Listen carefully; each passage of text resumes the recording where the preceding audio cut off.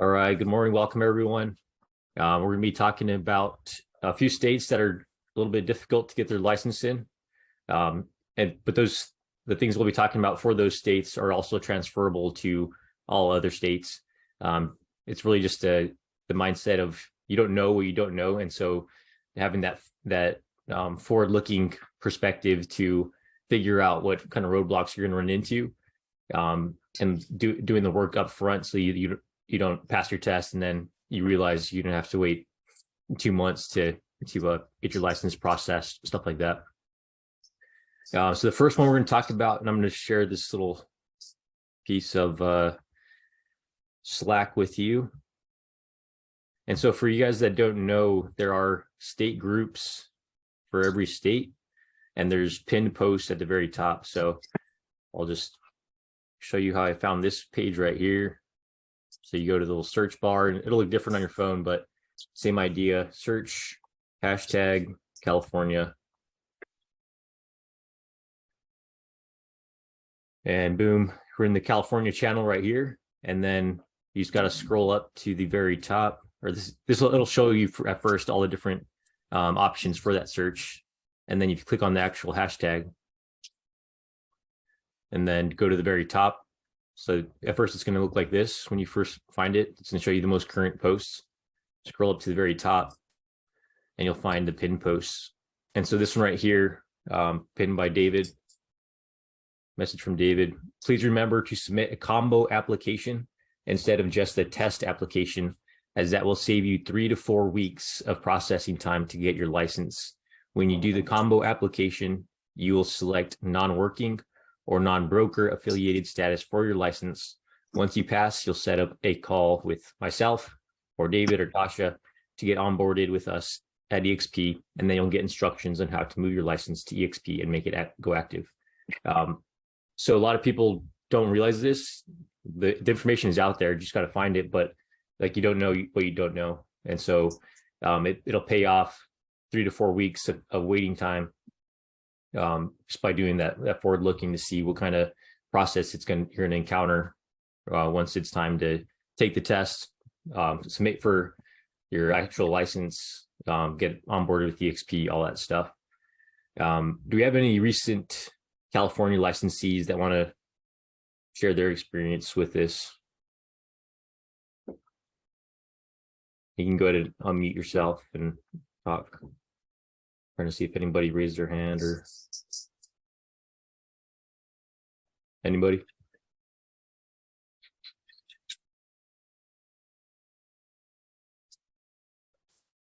Have you started looking into the process, Benjamin? I have. I can test. I have all the classes and everything done that I need to get done. I just finished actually last week, but I'm not ready. So I've been studying a lot lately. I'm just kind of waiting until I feel confident. Have you been doing practice tests? Yes. Okay. All right. So, but this is perfect advice for you right here. So make sure you do that combo application, so you don't have that 3 to 4 week wait. Another one is Florida, and let me stop share. So another one is Florida, and the big holdup with Florida is the background check takes a long time, the fingerprints, and then once you submit, similar to California, it can take like up to 4 months. I think Florida is probably the longest one that I've heard. Any Florida licensees in here? And then the big holdup with Texas is just the number of hours you have to do for the pre-licensing course, and it's like 120. If anyone out there can verify that. So just things for you to keep in mind, because you don't want to get to the end of your time in the program and realize it's going to be another 4 to 5 months before you're licensed. Anybody want to share any of their learning experiences from the licensing process?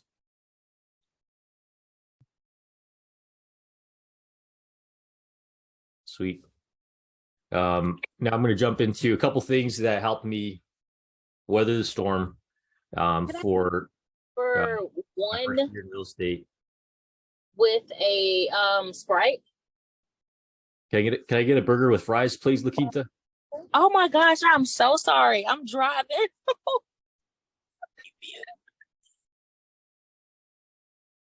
All right. So yeah, Sprite would help you weather the storm, but also a couple of things I'm going to talk to you about will also help you weather the storm. Because you if you're sitting in on these motivational Zoom meetings or listening to motivational speeches, they talk about burning the ships, which in a way I feel like I burned the ships, but realistically, I was a little bit scared about not having a steady flow of money coming in, especially since you when you pass the test, you already have $500 sunk in about because of the pre-licensing course, and then you're all excited. You're like, right, time to get my license. You go to drop off your application at the Department of Commerce or whatever it's called for your state. For us, it's DCCA, and then California's DRE. But yeah, you go there to drop off your paperwork, and they're like, oh, you have to pay another $350 just for us to process your application. And it's like, wow, I just paid $500 for this course, and then like $100 to take the test. Now I have to pay this $350 for this, and then time comes to onboard with EXP, and that's a little more palatable fee because it's 180 some or $150 for the initial fee, and then it's $88 a month. After that, they just increased it from 85 to 88. Other brokerages are a lot higher than that, so just keep that in mind.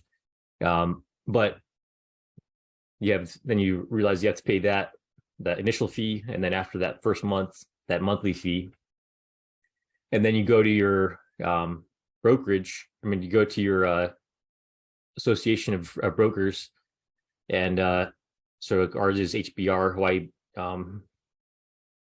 Broker, whatever it's. I forget what the acronym is, but you have all these different organizations that you have to register with, and that one is another $800 a year for having access to the MLS, and then for NAR, National Association of Realtors, you have to register with them. That's another like $500 or $600. And so after it's all said and done, just getting completely active, ready to do business as a realtor, you're looking at about $3,000. And then, that first month goes by, you're just barely figuring out like how to use all the systems.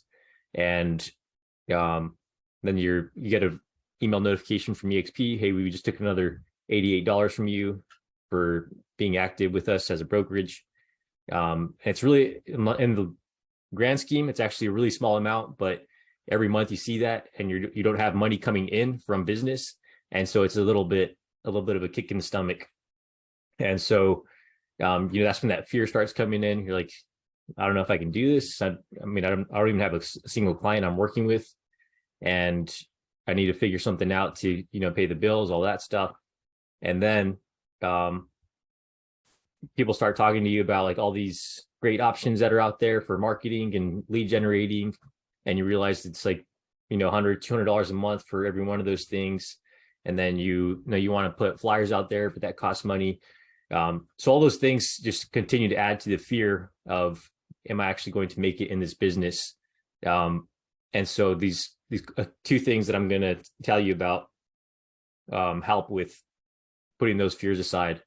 I was really fortunate and heard about these things from family members and other service members, and so I figured I'd share these with you. And typically, I have a one-on-one conversation with folks after they complete their license. I share this information with them, but I figure this is beneficial to the masses out there, especially those who do not have the retirement paycheck to fall back on or to look forward to once your time in service is up. So the first thing I'm going to talk about is Golden Gate University, or just really any place where you use your GI Bill, but specifically Golden Gate, which is located in San Francisco. Because if you look at all the housing allowances across the country, San Francisco is the highest. You get $49.70 a month, so almost $5,000 a month, tax-free housing allowance, and so it's a healthy chunk of change, especially if you don't have that retirement paycheck to look forward to. And all I'm really going to tell you as far as getting registered for that, I'm just going to provide you with the link, because the policy, when I first signed up there, policies were changing as far as like what met the in-person requirement. And then, so if you're working on your master's, you only have to do 3 classes per trimester, so every 4 months. If you're working on your undergrad, you have to do 4 classes. And then the in-person requirements, when I first started, which was right at the tail end of when COVID was at its peak, some people didn't have to go to class at all in person because of that period of time. But and then it became, you had to go to class one time in person, like literally 1 3-hour session.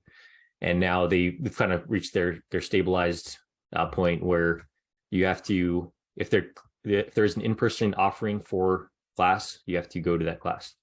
But I'm just going to provide you guys with the link for Golden Gate University, because I just recommend talking to the people there rather than thinking you understand how the process works, and then it doesn't actually, like, they change their processes or whatever. Anybody have questions on that?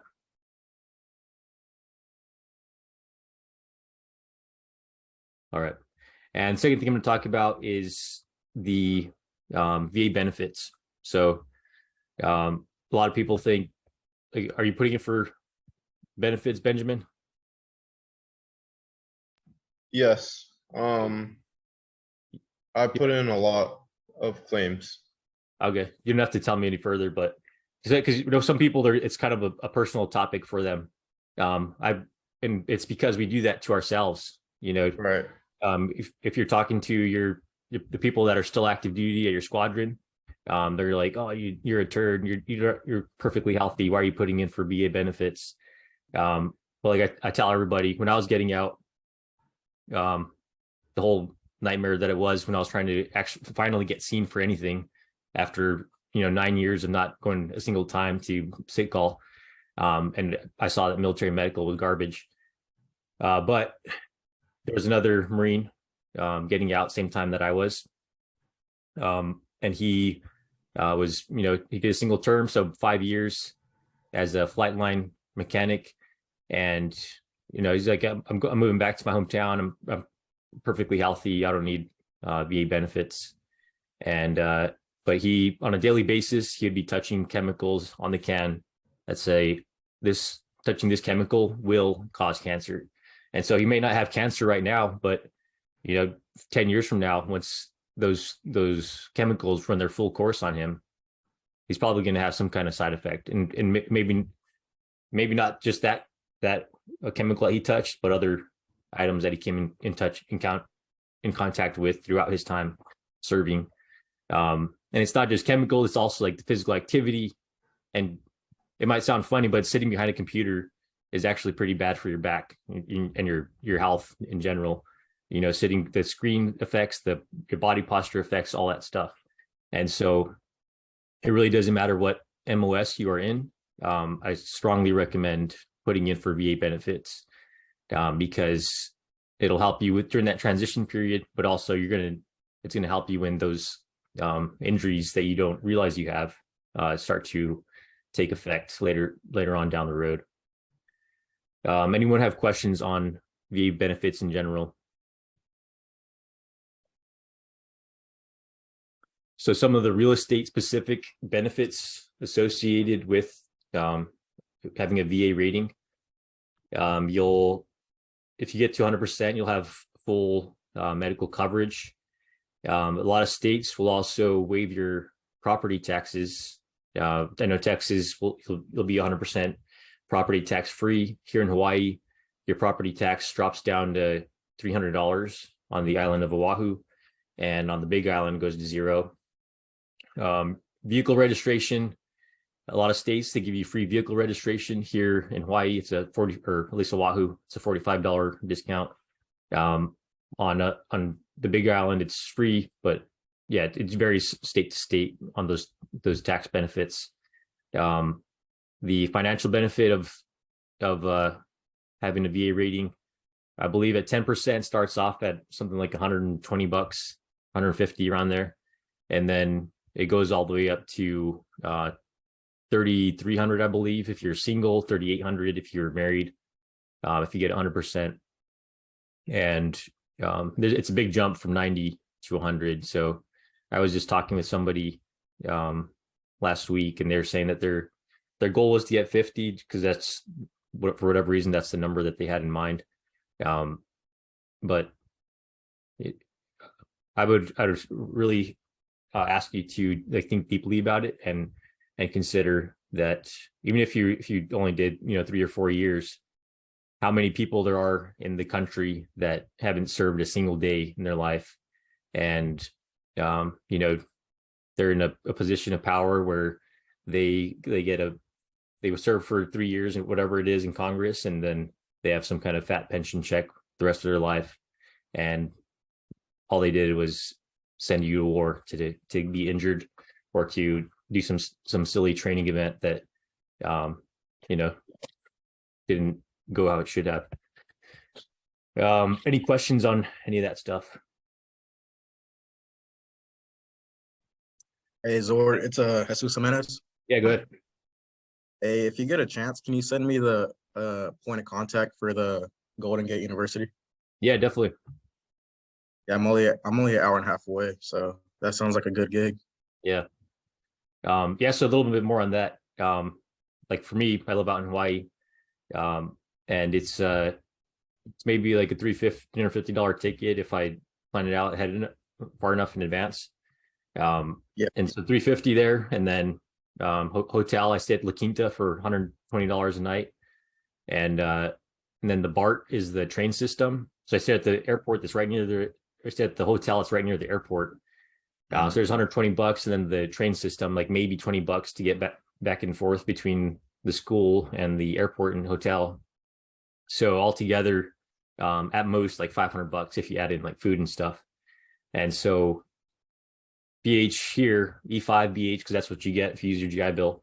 BH here is, I think it's like $3,200 on Oahu. I think San Diego is pretty close to that.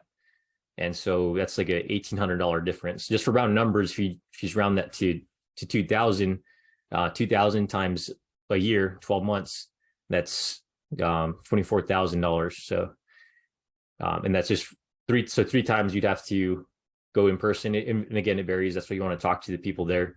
Yeah. But that's, what's it called? $24,000 difference over the course of the year. 3 times $3,000 that you have to go in person, or $500, whatever it is, for you. And you're still 21, like over $20,000 above where you'd be if you went to a school in your hometown that's not San Francisco. Yeah, for sure. It's only $2,000 here, the local college. Where's that in Texas? No, I'm in Stockton, next to Sacramento. Okay. Yeah, it makes a huge difference. And again, it's nothing illegal. It's nothing like deceptive, or you're not going to get in trouble for it or anything like that. You literally just have to show up for the in-person requirements, and that's it. Cool. Appreciate it. I just dropped the link in the chat box. Okay. I'm sorry, I got lost a little bit right there. You said for that school specifically, you only have to show up how many times a year?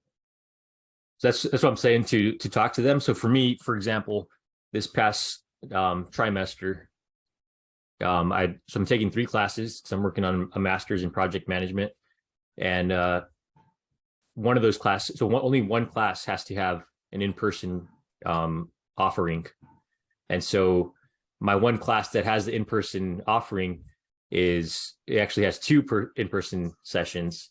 So I had to go on February 8th. I flew to San Francisco, went to class on February 9th, flew back the next day, And then I just got back on March 22nd, flew out there, went to class the next day for 3 hours, flew back that night, that night. And then that was it. So but that's because that class had 2 in-person offerings. Some of them just have 1.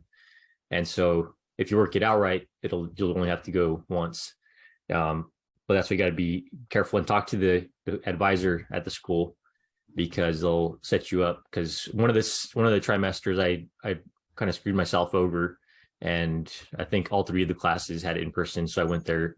I had to go over there like 3 times. But even then, even if all your classes had in-person requirements, you'd still be up like $10,000 compared to if you just stick with your in-state school.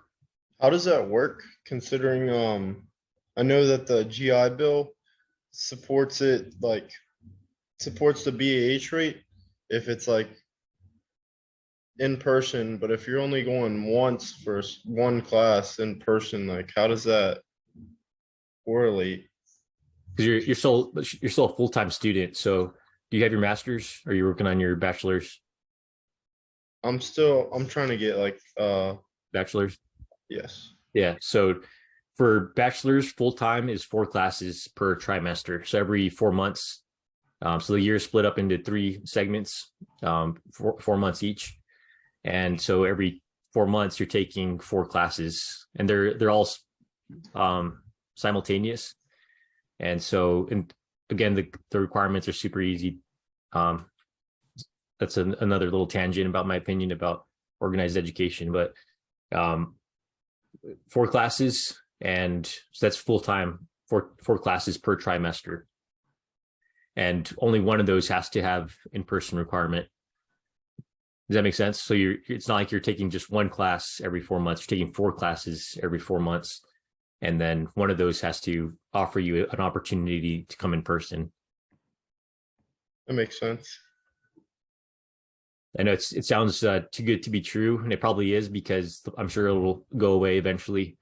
But yeah, it's a good opportunity to take advantage of while it's in place. And actually, I chose project management because it's kind of a transferable set of skills. It's really just setting deadlines and little tools and techniques to get things done, and that's transferable to anything you do, especially real estate.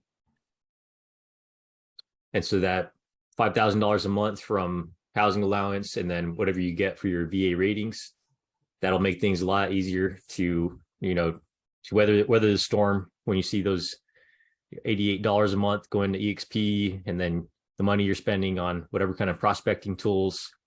It'll be a lot easier to cope and get through that learning curve from the beginning and start generating business. All right, we're just about at the 30-minute mark. I don't want to keep you guys beyond that. I'll stick around if anyone has any questions. Welcome to stick around, but aside from that, have a wonderful day.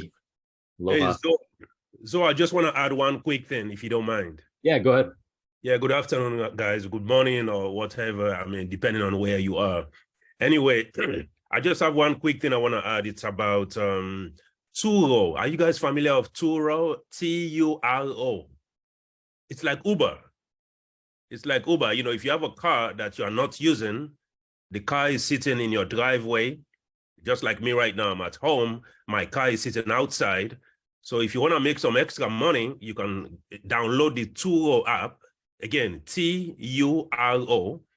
Then you can list your car on that app.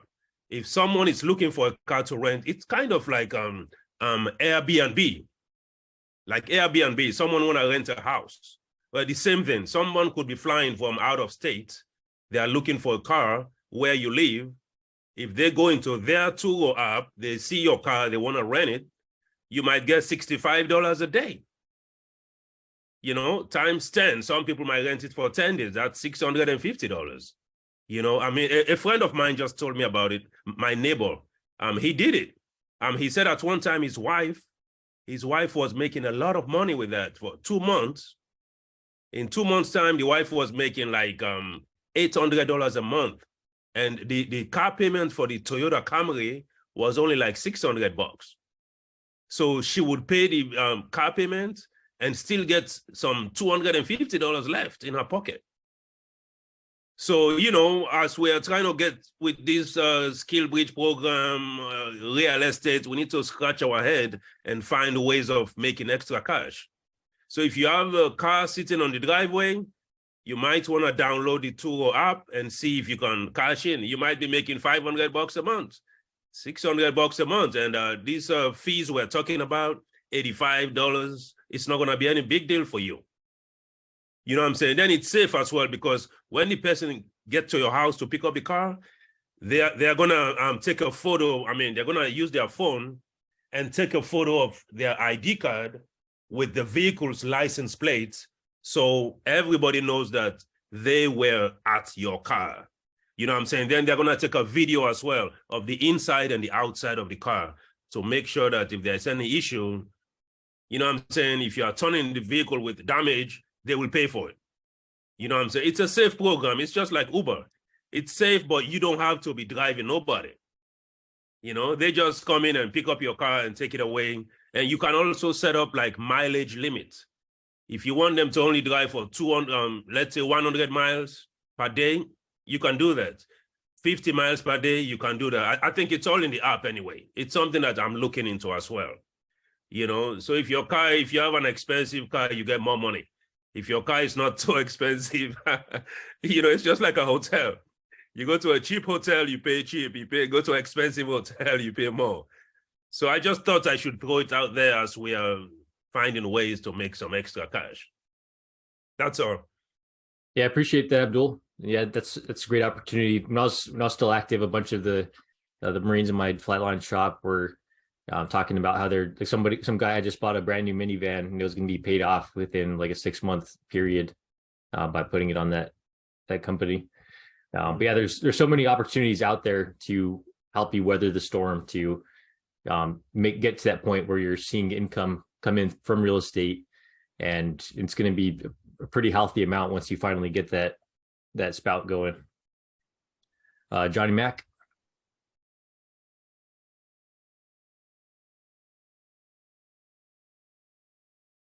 I think you're muted right now.